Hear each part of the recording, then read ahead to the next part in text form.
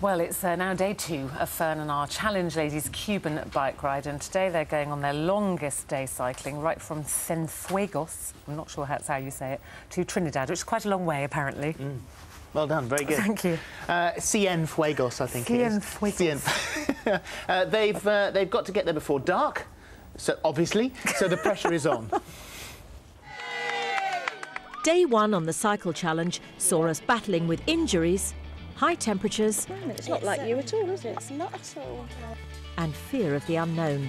Today, though, is the longest day of the week, and we're going to be cycling just under an incredible 100 kilometres from Cienfuegos to the town of Trinidad.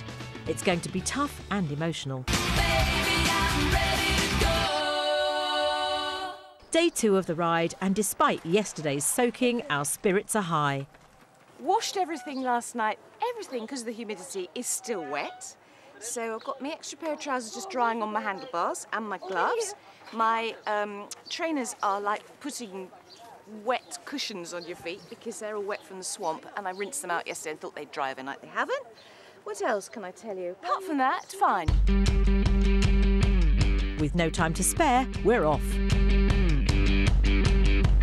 And whilst Janet and Colette pace themselves, Fern and myself speed ahead. Try and work harder. Oh, I must file my nails.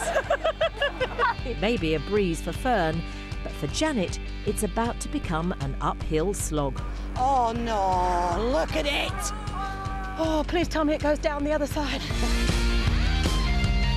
It's good for us. I'm getting up it. Oh, there's another one coming up. That's nice.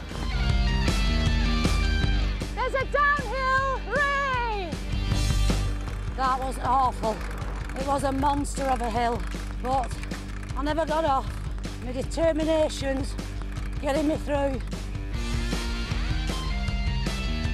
11:15, day 2, very hot. With the first hill out of the way, emotions are running high, and Colette finds it all too much. It's just an absolute dream, this. It's just fantastic. I'm happy. Why am I crying? It's just so beautiful. The women are so fantastic and friendly and supportive, and it's just a fabulous experience. Caring for her disabled son means Colette rarely travels abroad, so this trip to Cuba means more to her than most. I think being with all these lovely ladies does help you to be honest about your feelings. And I pride myself in the fact that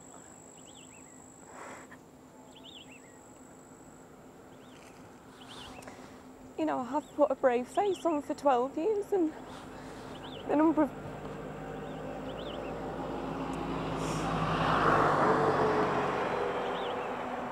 people who always say, you know, you're always smiling and don't know how you cope. And it's not surprising that the girls are getting tired and emotional. After cycling for 4 hours and 50 kilometres, they've just about had enough.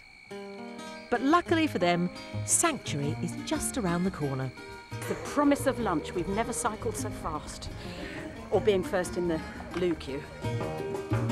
I'm holding the door while this lady's having a wee, because there's no key and there's no lock, so it'll blow and everybody can see.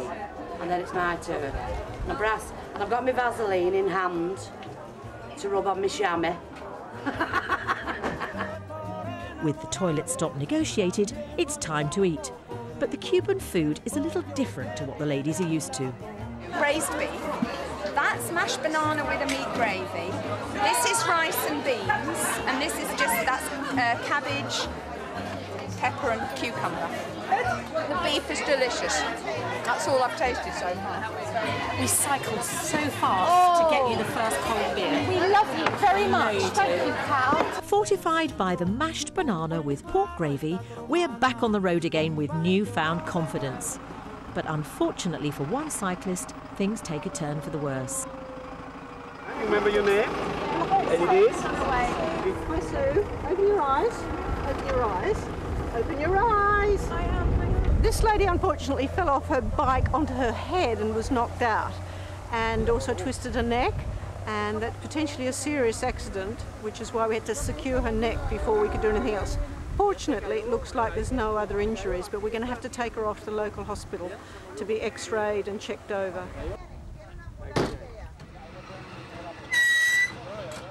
She's going off down to the hospital in Trinidad, which is where we're heading, and they're going to give her the once-over. Nobody quite knows.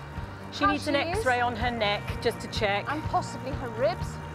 But I would say, even if it was only a bit of bruising, she won't be riding tomorrow. I wouldn't have thought so. And she doesn't need to.